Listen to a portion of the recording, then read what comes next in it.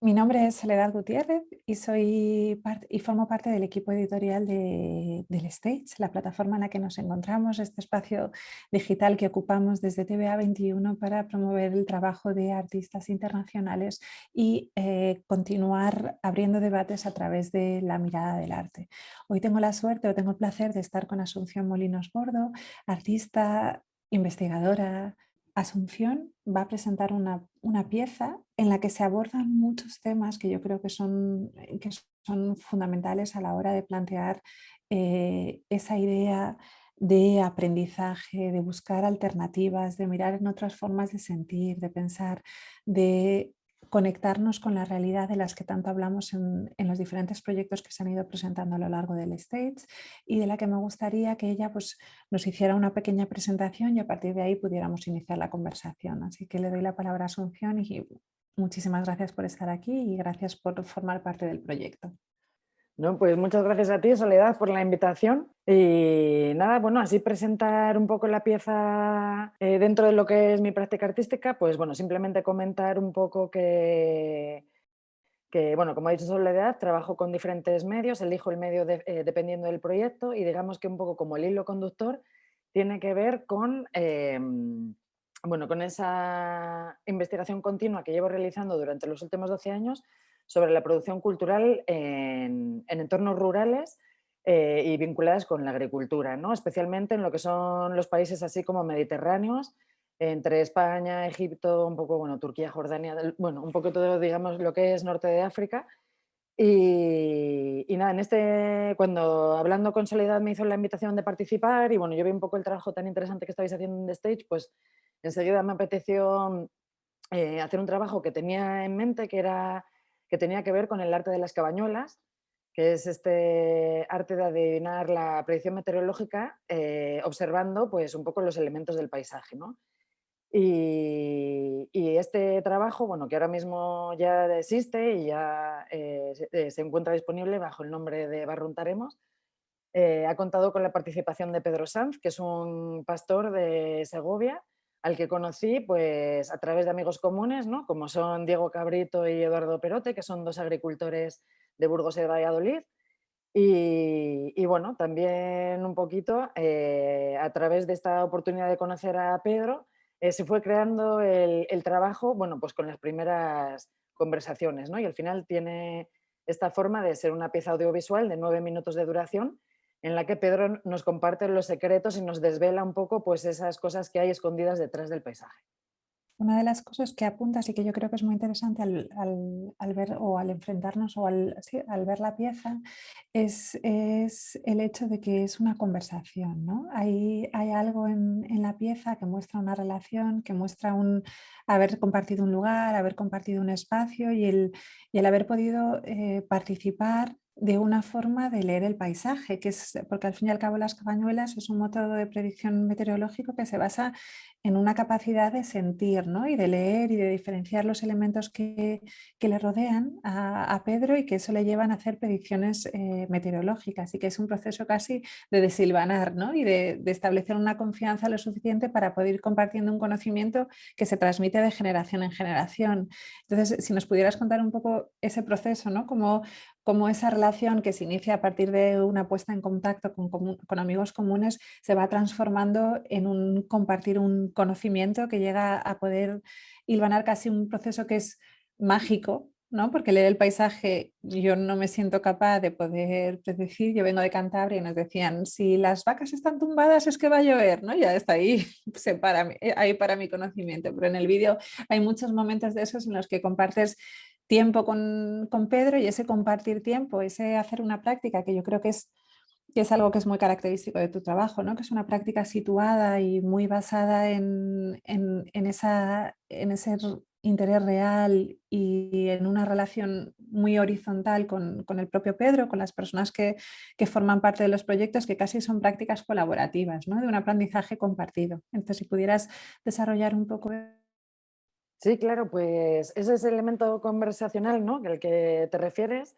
O sea, bueno, digamos que ha sido durante el mes de febrero y el mes de marzo de viajes continuados a visitar a Pedro a Segovia y al principio pues a hablar primero de una manera, sin empezar, todavía no íbamos ni a grabar ni nada, un poco pues de conocernos y de entender en qué consistía bueno, el arte de las cabañuelas, cómo lo había aprendido él y luego también entender que hay muchas cosas que él quería respetar como secretos de su oficio y que, o sea, quiero decir que tampoco iba a desvelarme exactamente cómo se iban a hacer las cabañuelas, sino simplemente que al final la conversación se centró más en qué elementos del paisaje son aquellos que son semióticos y que tienen toda esa información meteorológica contenida y donde se fija él.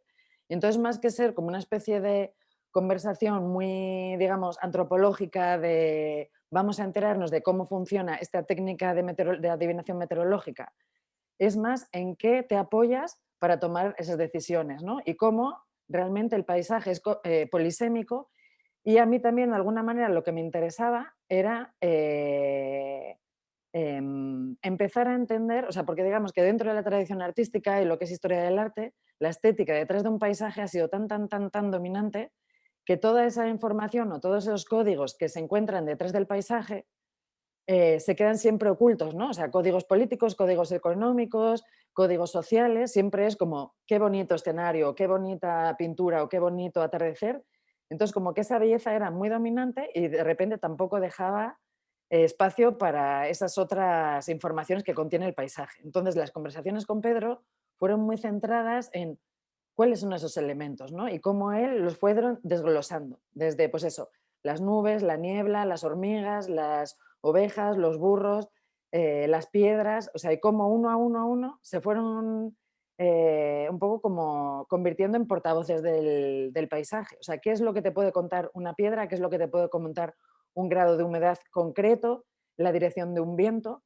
Y a partir un poco como de esas conversaciones, también pues conocernos, ¿no? O sea, quiero decir, pues que tenemos una historia también común, o sea, Pedro es hijo y nieto de pastores, o sea, todo el tema de las cabañuelas, que él lo ha aprendido a través de su familia, digamos que para él es como tan personal que cuando intentábamos situarlo en un momento histórico, ¿no? Porque yo le decía, bueno, es que yo por una parte, como que he leído que las cabañuelas es una cosa que se practica en España desde tiempos del medievo, y que ha sobrevivido pues, en las culturas agrícolas y pastoriles, ¿no? Porque eran los que realmente tenían necesidad de planear un año por adelantado, ¿no? Y tener esta capacidad como de pensar en un futuro muy a largo plazo. Y él siempre lo resituaba como en su experiencia personal, ¿no? Decía, bueno, yo realmente no sé lo que ocurre en los tiempos medievales, cuál es la trayectoria un poco como de la técnica en sí. Yo lo que conozco es lo que me ha enseñado mi padre y mi abuelo y cómo esto yo lo he estado utilizando en mi forma de cuidar el ganado que ha estado cuidando y un poco pues de organizar cuando eran las parideras, cuando había que esquilar y todo eso. Pero al mismo tiempo que es un concepto, o sea, que es un aprendizaje familiar, ¿no? Y muy personal, porque es muy de experiencia, muy de haber sentido, también es un aprendizaje que es compartido, porque al final Pedro se convierte en una referencia de la comunidad, ¿no? Porque es capaz de leer el paisaje con mayor certeza que otros miembros de la misma, ¿no? Con lo cual él comparte también su sabiduría o es una forma de construir una red de conocimiento. Sí, sí, desde luego. Bueno, o sea, ir caminando o sea, con Pedro por Segovia es como ir con Michael Jackson. O sea, porque conoce a todo el mundo le saluda y todo el mundo siempre acude a él cuando tiene un evento importante que organizar, ¿no? O sea, tipo bautizos, bodas, comuniones. Oye, va a llover, va a hacer sol. Y realmente quiero decir que hay esta especie como de doble estándar siempre que ocurre con los conocimientos producidos de esa manera, ¿no? O sea, los conocimientos que se producen de esa manera, casi, o sea, no académica, no formal, sin ayuda de satélites, ni de maquinaria, ni de tecnología, siempre hay una especie como este doble estándar. O sea, como por una parte hay este tema de no creértelo del todo, de tomártelo un poco como una cosa anecdótica, tal y cual, pero luego cuando llega la hora de tomar una decisión importante, sí que recurres a él. ¿No? Eso también, por ejemplo, me ocurrió en otro trabajo cuando estaba trabajando con Leoncio Frutos, con el zahorí, que era un zahorí de Aranda de Duero que sabe encontrar agua, ¿no? Con un péndulo y con una vara de madera. Bueno, pues a él le ocurría igual, quiero decir que que sí, mucha gente no se le tomaba muy en serio, pero a la hora de hacer un pozo le hacían más caso a él que al ingeniero, ¿no? Entonces, digamos que sí, que o sea, estos saberes forman parte de una comunidad, pero también tienen formas especiales de encajar dentro de esa comunidad, que a veces no son como las que tú de alguna manera esperas, ¿no? O sea, es que esa especie como de doble relación. O sea, por una parte te pido consejo, por otra parte hay una especie como de resistencia también a terminar de creerlo.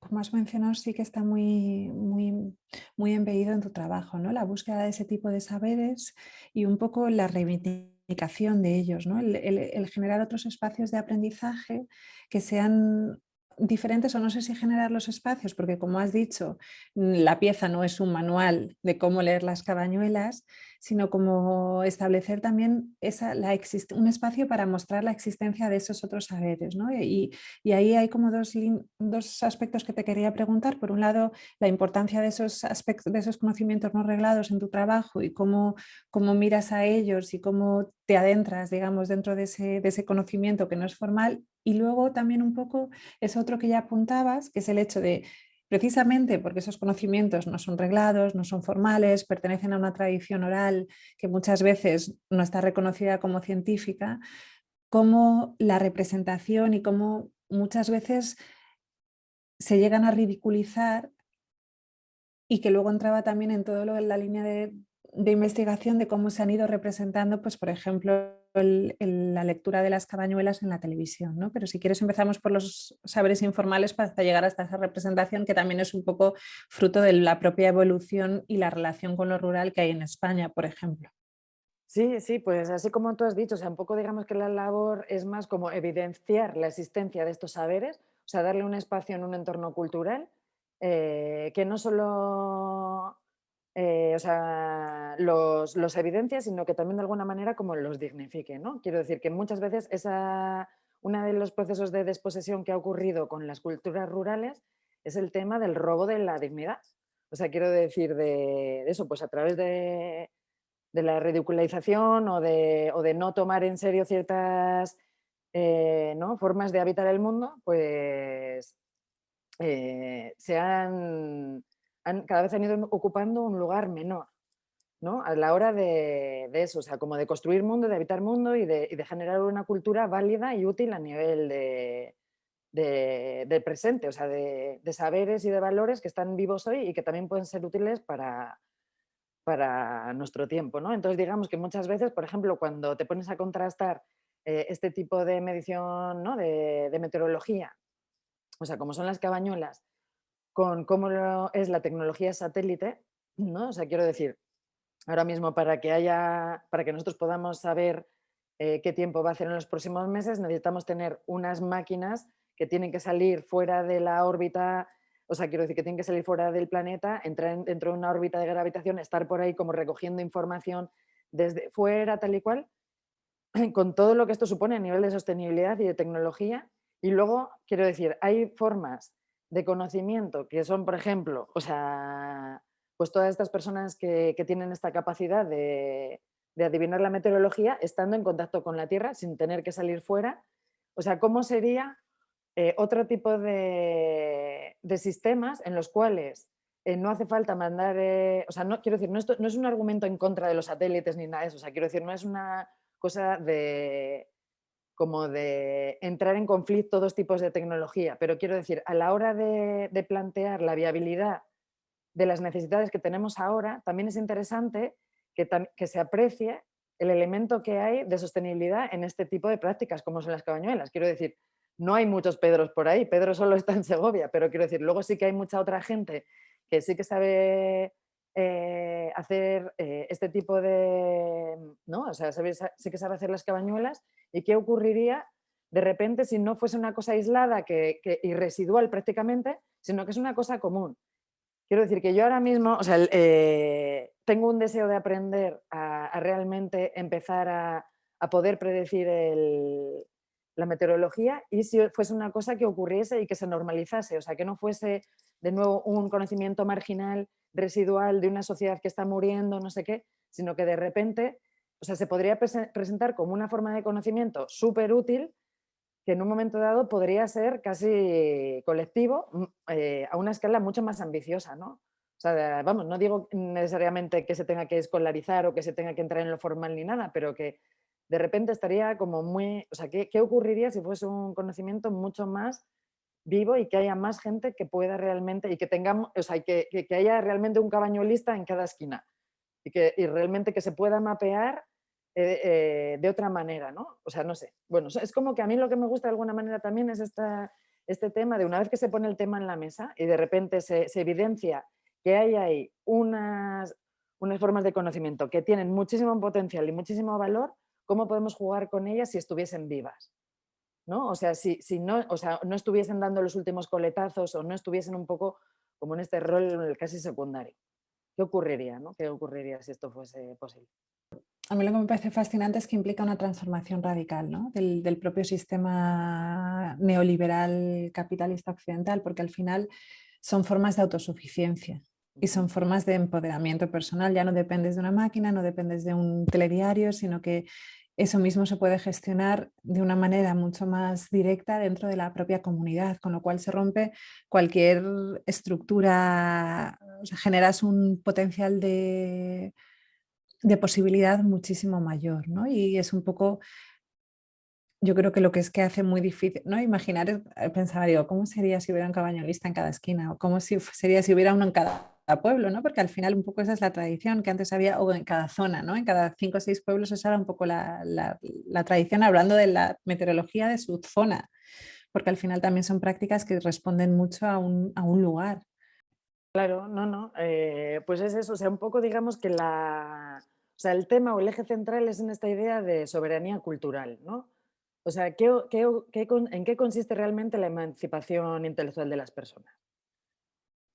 ¿Sabes? Y cuando, por ejemplo, o sea, vienes de un origen, de una cultura que se encuentra, bueno, o sea, como fragmentada, que se encuentra interrumpida y tal y cual, o sea, ¿en qué consiste ese reclamo de esa soberanía cultural de una forma de habitar el mundo que tiene un montón de ventajas, un montón de potencias y que está ahí como sin, no sé, o sea, Pero precisamente es un poco lo que también apuntábamos antes, ¿no? Que está, no solamente que está muriendo, porque es cierto que no hay un apoyo, no hay una legitimación, porque también muchas veces o sea, hay una deslegitimación, ¿no? Que era también una de las partes que tú investigabas y que tratas con el propio vídeo, que es cómo se representan esos saberes en, pues en la televisión, ¿no? Habías hecho una investigación de las entrevistas que se le hacen a Pedro en la televisión pública cuando llega el momento de las cabañuelas, que igual estaría bien si pudieras explicar un poco cómo funcionan las cabañuelas, por si acaso alguien no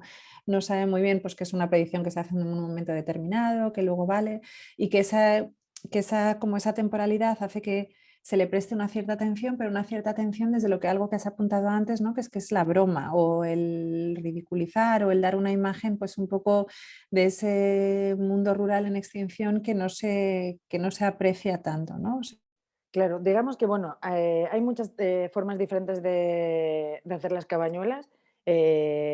Normalmente lo que se hace es observar la meteorología durante los primeros 15 días del mes de agosto y luego se pone en contraste. Y la meteorología se observa por horas. Y se va haciendo una correlación entre hora y mes del año o día y mes del año. Y en base a lo que va haciendo, tú vas haciendo una superposición de esas observaciones, o sea, si va a hacer viento, si va a hacer sol en ese día, en ese mes, lo mueves en el calendario y sabes que vas a tener un marzo lluvioso o un abril soleado o al revés. Y luego las contrastas más tarde en el mes de diciembre. Pero cada cabañolista tiene una técnica. O sea, por ejemplo, hay un tipo de cabañolista que utiliza las retorneras, pero por ejemplo Pedro no hacía esas. Entonces, digamos que así como a grandes rasgos, lo que consiste es, durante unos días del año, tú haces una serie de observaciones meteorológicas y hay una cartografía en la que te dice que ese día y esa hora corresponde con un mes en concreto del año. Y en base a eso te haces un año entero, que es una jornada laboral, es la jornada laboral agrícola, ¿no? y ganadera. Entonces, digamos que ese ciclo no tiene ni principio ni fin, pero como estamos siguiendo un calendario cristiano, el principio y el fin de año coincide, bueno, diciembre, enero, ¿no? Y lo que ocurre cuando las televisiones piden ese tipo de información es que las piden al comienzo del año escolar, bueno, no escolar, sino el año como cristiano, ¿no? Que es en el mes de enero. Entonces, en este mes de enero, muchas televisiones quieren tener como otra forma diferente de dar la predicción meteorológica, entonces entrevistan a Pedro, se desplazan a Segovia y les piden, entonces Pedro lo que hace es sacar su libro, su librito de notas, ¿no? Y van leyendo, bueno, pues el mes tal, tal, tal, tal, y les dicen lo que va a hacer, pero en ningún momento explica cómo consigue sacar esas conclusiones.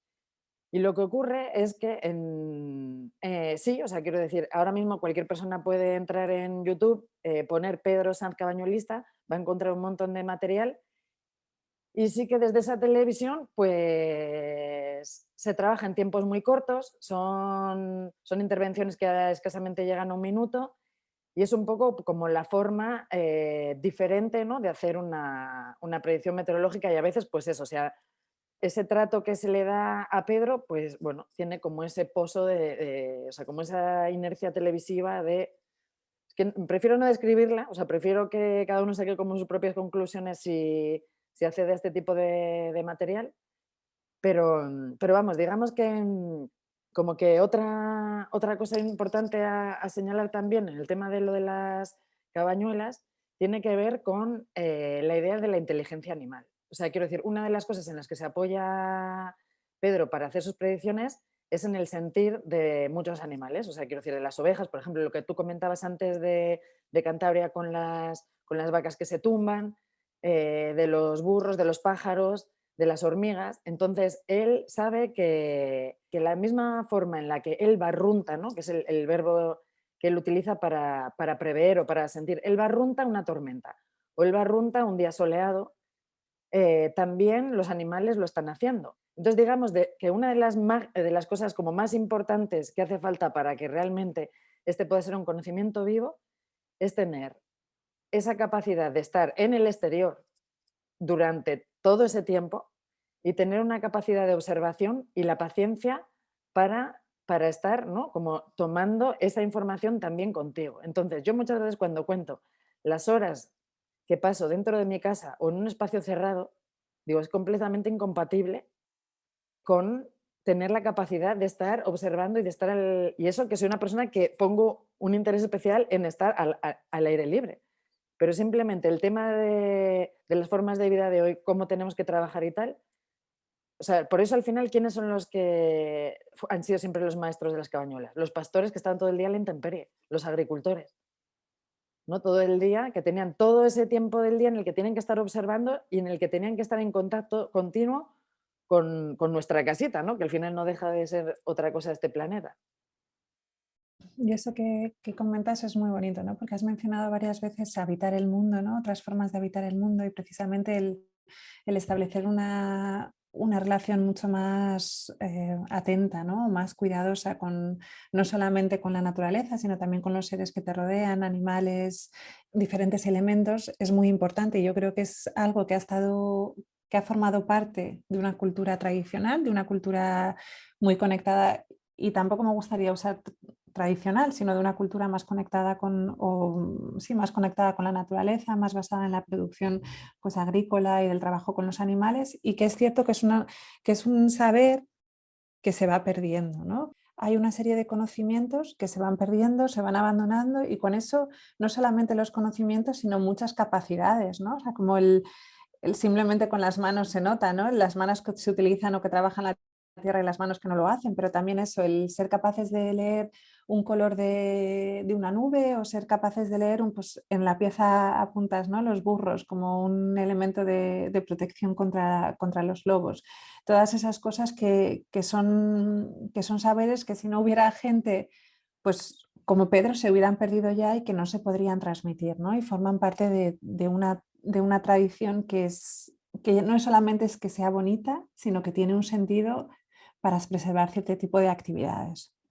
Claro, es que otra cosa muy importante, digamos, y que también se intenta por lo menos resaltar en la pieza, es el tema de la interconectividad, ¿no? Ya no solo de que esos conocimientos están ahí, y que existen y que tienen esta vinculación con el paisaje, pero que entre sí tejen una red también en las cuales las sociedades rurales se han servido de esta interconectividad para funcionar, ¿no? O sea, el hecho de que los ganaderos de vacas pues de esta zona de Segovia siempre tengan un burro como un tema de protección para los lobos, ya está indicando que se aprecia la inteligencia animal y su utilidad. O sea, quiero decir, si un burro tiene un oído tan fino que puede escuchar la presencia de un lobo a 3 kilómetros, cuando ahora mismo estamos como muy obsesionados por este tema de generar sensores, ¿no?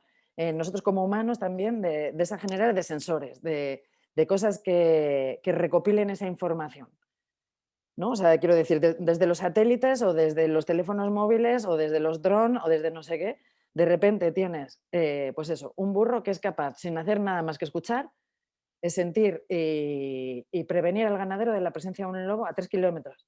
Y luego también es extraordinario que a mí me parezca extraordinario. Quiero decir, que eran cosas que todo el mundo ha sabido y decía, pues vaya una simpleza, o qué, pues qué tontería, que no lo sabías, o sea, como que qué tipo de... Que era una cosa muy graciosa también que pasaba con Pedro, que era que cuando él nos contaba cosas que para él son tan evidentes y nosotros nos quedamos así un poco como en shock, ¿no? Y le volvíamos a preguntar. Em, pues, ¿no? Por ejemplo, con el tema de los de las nubes, era, pero a ver, Pedro, ¿por qué se quedan ahí todas las nubes agarradas a la montaña? Dice, pues porque hace mucho viento, porque hace frío. Digo, ya, pero ¿y por qué se quedan ahí? Pues hombre, porque hace mucho viento y hace mucho frío. Es como, pero no lo entiendes que es de cajón. Y luego ya lo explicaba, ¿no? Y decía, a ver, dice, las nubes son como las personas. Dice, tú cuando tienes frío, ¿qué haces? ¿No te acurrucas contra alguien o contra algo? Dice, pues ellas hacen igual. Cuando tienen frío, ¿sabes? Pues se juntan ahí en la montaña, pues a no pasar frío, porque hace mucho frío. Y ya está. Entonces era como una cosa así también, bueno, que nos gustaba mucho también, pues a Sonia Pueche, que es la fotógrafa que ha hecho todo lo que es la filmografía, ¿no? Del vídeo, y luego también a Alberto, el sonidista que nos ha acompañado. Entonces, digamos también que otra cosa muy bonita ha sido no solo ya como las conversaciones que hemos tenido Pedro y yo, sino las conversaciones que hemos tenido con todo el equipo. O sea, con Sonia, con Alberto, que además Alberto también está viviendo en Segovia y luego Sonia está aquí en el Escorial y estamos todos como... También era una forma de empezar a conocer qué es lo que ocurre a los dos lados de los Siete Picos o quiero decir, de la misma montaña que compartíamos desde los dos lados, ¿no? Y eso también es bonito y creo que es importante en tu trabajo, ¿no? Como no es casual que vayas a Segovia, como no es casual que sean dos agricultores ¿no? Diferentes que te hayan recomendado, sino que hay una relación con ese entorno y con ese contexto. No es caer en paracaídas, ¿no? A un lugar a investigar y ya está, sino que ese interés viene también de una relación con esa zona y con esas personas. Sí, sí, sí, claro. De hecho, o sea, quiero decir, yo de Pedro había escuchado ya hablar hace un montón de años, porque Luis de la Cal, que es otro agricultor de Guzmán, que él también hace las cabañuelas, ahora mismo está jubilado, pero bueno, él aprendió también recientemente y lo estudia siguiendo otra metodología que no coincide con Pedro. También, pues a él estuvimos entrevistando, Andrea Pacheco y yo, dentro del proyecto que tenemos de Oficina de Arqueología Imaginaria, y a través de esto de las cabañuelas también él me puso en contacto con, vamos, o sea, hablando también con Diego y luego con Eduardo, o sea, como que al final es bueno, o sea, o sea, es la misma comunidad a la que yo pertenezco. Son la gente con la que yo me he criado, son todo gente, o sea, son la gente con la que he ido al colegio, son los padres de mis amigos donde he ido a merendar por las tardes, o sea, quiero decir que no, o sea, que ha sido parte dentro de lo que son las mismas regionalidades, ¿no? Porque luego también pasa una cosa muy curiosa, es que cuando de repente en esta especie de urbanización también del campo, cuando hay pueblos que se transforman en ciudades, ¿no? Por ejemplo, Aranda de Duero, que es bueno, el centro neurálgico de la Ribera del Duero en cuanto a servicios y tal y cual, de repente funciona como un centro de atención y todos los pueblos nos relacionamos en relación a esa urbe que hay ahí que toma más relevancia. Y luego de repente a veces no estás en contacto con, yo qué sé, con la gente de Baltanás que está más cerca casi de ti, pero como tienen otro centro de atracción, entonces de repente hay veces que estás muy cerquita y no te conoces hasta que pasa mucho tiempo o tiene que ser dentro de la serendipia, ¿no? Justo esta mañana he estado hablando con Danny Burrows, que es también, bueno, comisaria con la que he trabajado en otras ocasiones, estamos hablando de una de las cosas que definen los entornos rurales, tiene que ver con esa serendipia, ¿no?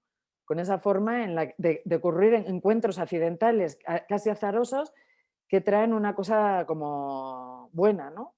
De eso, de que alguien te habla de alguien, y ya no es el boca a boca, sino es la serendipia, que es mucho mayor. O sea, es especie como de eso, de encuentros concatenados, ¿no? Casi en efecto dominó, en el que uno te lleva a otro y otro y otro, y llevas teniendo una idea en la cabeza 5 años y de repente todo se pone en orden y ocurre, ¿no? También conecta y es un poco volver hacia atrás, pero con la forma del lenguaje, que eso es muy bonito a lo largo del vídeo, va recuperando diferentes términos, o sea, simplemente el mismo título, barruntar, ¿no? Que son palabras que son muy difíciles de definir, porque son palabras que casi las sientes, las comprendes físicamente, más allá que con una comprensión racional. Y eso también es un proceso bonito, ¿no? De definición de elementos, cómo se definen con un lenguaje que es muchísimo más abstracto del que muchas veces podemos estar acostumbrados, ¿no? Como está abierto a una capacidad de empatía, porque básicamente cuando hablas de barruntar es algo que tienes que haber sentido de alguna manera, ¿no? Para entender y para estar en ese espacio. Claro, sí, sí, también es un homenaje a eso, pues a todos los cultismos que muchas veces existen en el vocabulario popular, que muchas veces simplemente, pues eso, barruntar o aturtar, ¿no? O sea, el movimiento que hacen las ovejas, que también se describe en el vídeo. Y bueno, a quien tenga también curiosidad, pues meterse con eso, con diccionarios. De hecho, bueno, mira, aquí tengo el diccionario del castellano de la narrativa de Miguel Delibes, que son un poco como muchos de los términos que utiliza y recupera en su narrativa, pero que son términos que pertenecen ¿no? a la forma de hablar de distintas localidades, bueno, en concreto Castilla y León y tal, pero vamos, que entonces de repente es eso, es esa vinculación que tiene de nuevo, o sea, el lenguaje que utilizamos siempre nos ensancha la forma de entender. No es lo mismo que cuando aprendes un nuevo idioma, ¿no? Cuando estás y al principio lo aprendes de una manera muy torpe y luego cada vez lo vas perfeccionando hasta que de repente encuentras que hay formas de hablar en ese idioma que dices, las deberíamos de incorporar porque resume una situación mejor o lo que sea. Pues en este caso ocurre igual y luego con muchos bueno, es que yo no sé cómo llamarlo, cuál sería la palabra políticamente correcta para llamar al castúo, ¿no? Como este idioma o dialecto y tal que se hablaba en Extremadura, y que muchos poetas utilizaron en su forma de trabajar. Entonces, es un poco como esa historia, ¿no? En el momento en el que se desmantelan todas estas situaciones, estas culturas, estas formas de existir que tiene que ver con las formas más tradicionales de habitar el mundo, la agricultura, lo rural y tal, cuando se va todo eso, se sustituye por un tipo de mecanización o de orden de lógica de trabajo que tiene que ver más con los horarios establecidos, ¿cuáles son las otras cosas que también se van en el desagüe, ¿no? O sea, quiero decir que se pierden por ahí. O sea, los lenguajes, las palabras, las formas de estar, las formas de relacionarse entre personas. O sea, muchas veces mi padre eso decía, dice, mira, tú vas a siempre identificar, bueno, esto no sé si es una tontería, pero, o sea, no una tontería, pero como una barbaridad del cabreo este ya que tenía él, decir, vas a siempre diferenciar una persona como que viene de la capital cuando llega, dice, porque le cuesta mucho como saludar a la gente que no conoce, ¿no? Quiere decir que este hábito de saludar hasta los extraños es una cosa como muy, muy, muy asumida, que tú no puedes compartir una calle, un espacio de cercanía en el que estás a menos de 5 metros de alguien y no hacerle saber que estás reconociendo su presencia. ¿Sabes? Este tema como de eso, de dar a conocer al otro que existe, que le has visto y que simplemente le estás saludando. Me ha venido ahora pensando, siguiendo el pensamiento, que yo creo que también es interesante, es en esa forma de relacionarse, uno de los grandes retos, ¿no? Es la feminización del mundo rural, ¿no? Porque muchas veces la figura femenina es complicada, ¿no? Y si lo piensas en tu trabajo, muchas de las personas que contienen ese conocimiento o esa forma de sentir o esa forma de habitar el mundo que genera pues, el zahorí, las cabañuelas, son hombres que han ido traspasando el conocimiento de generación en generación. En cambio, la siguiente cabañolista, ¿no? De la familia de Pedro es una mujer, que eso también me parece que es una nueva generación que es muy interesante. Sí, sí, ahora va a ser Cristina, su sobrina, en la que va a heredar los conocimientos de Pedro. Y sí, habemos, digamos que lo de la masculinización y feminización del campo es una cosa que siempre como de ida y vuelta, o sea, porque digamos que el trabajo laboral agrario antes de la mecanización del campo era bastante más femenino que ahora, ¿no? Porque había muchos trabajos en los que la mujer estaba en el campo, o sea, quiero decir, de separación de grano, o sea, previo a la maquinaria, ¿no? Y de muchos trabajos en los que no había, se separaban las labores, pero no era pero las chicas no estaban en casa esperando a que viniesen los chicos a la casa. Quiero decir que todo el mundo estaba contribuyendo, todo el mundo estaba trabajando y había una feminización de las labores agrarias mucho más alta que luego ya cuando llega la mecanización. Y ahí sí que también ocurre ese tema de, o sea, de que ya no solo se desplaza la gente del campo a la ciudad porque vienen unas máquinas que empiezan a hacer el trabajo que antes hacían las personas, sino que se mete la mujer dentro de la casa. O sea, quiero decir, ya no está tanto tiempo al aire libre, no forma parte de las vendimias, las cosechas, de todas las otras tareas en las que sí formaba parte.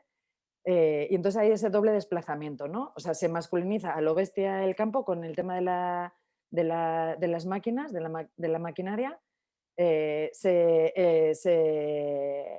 deja un poco, ¿no? O sea, como se recluye otra vez como en ese espacio doméstico a las agricultoras, que en un momento dado también toman este rol como de medio secretarias, ¿no? O sea, de llevar el tema de la documentación cuando también la burocracia se intensifica y su forma de ser agricultora es ir a rellenar instancias de la PAC a los bancos o a los sindicatos. Esto en un estado mucho más tardío, claro.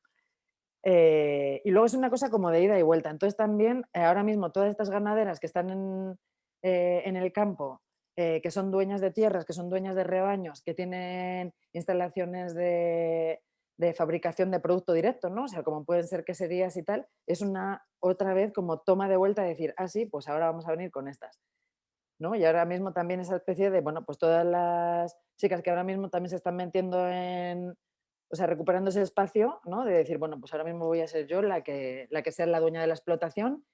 Y bueno, digamos que es eso, que es una especie como un viaje siempre de ida y vuelta, ¿no? O sea, es una especie de negociación constante de espacios. ¿Cuál sería para ti la proyección, ¿no? El futuro ideal de estas cabañuelas, de esta forma de habitar el mundo y cómo imaginas que la práctica artística o simplemente, ¿no? El hecho de producir estas obras y de darles visibilidad puede facilitarlo o puede apoyarlo. Sí, pues a ver, digamos que, por ejemplo, una de las claves está también en el título, ¿no? El tema este de barruntaremos, que es el verbo de barruntar, pero como a futuro. También como esa idea de decir, esa promesa de decir, vale, no estamos muertos del todo, o sea, y vamos a poder predecir el futuro, vamos a poder existir un poco en esa creación del porvenir, ¿no?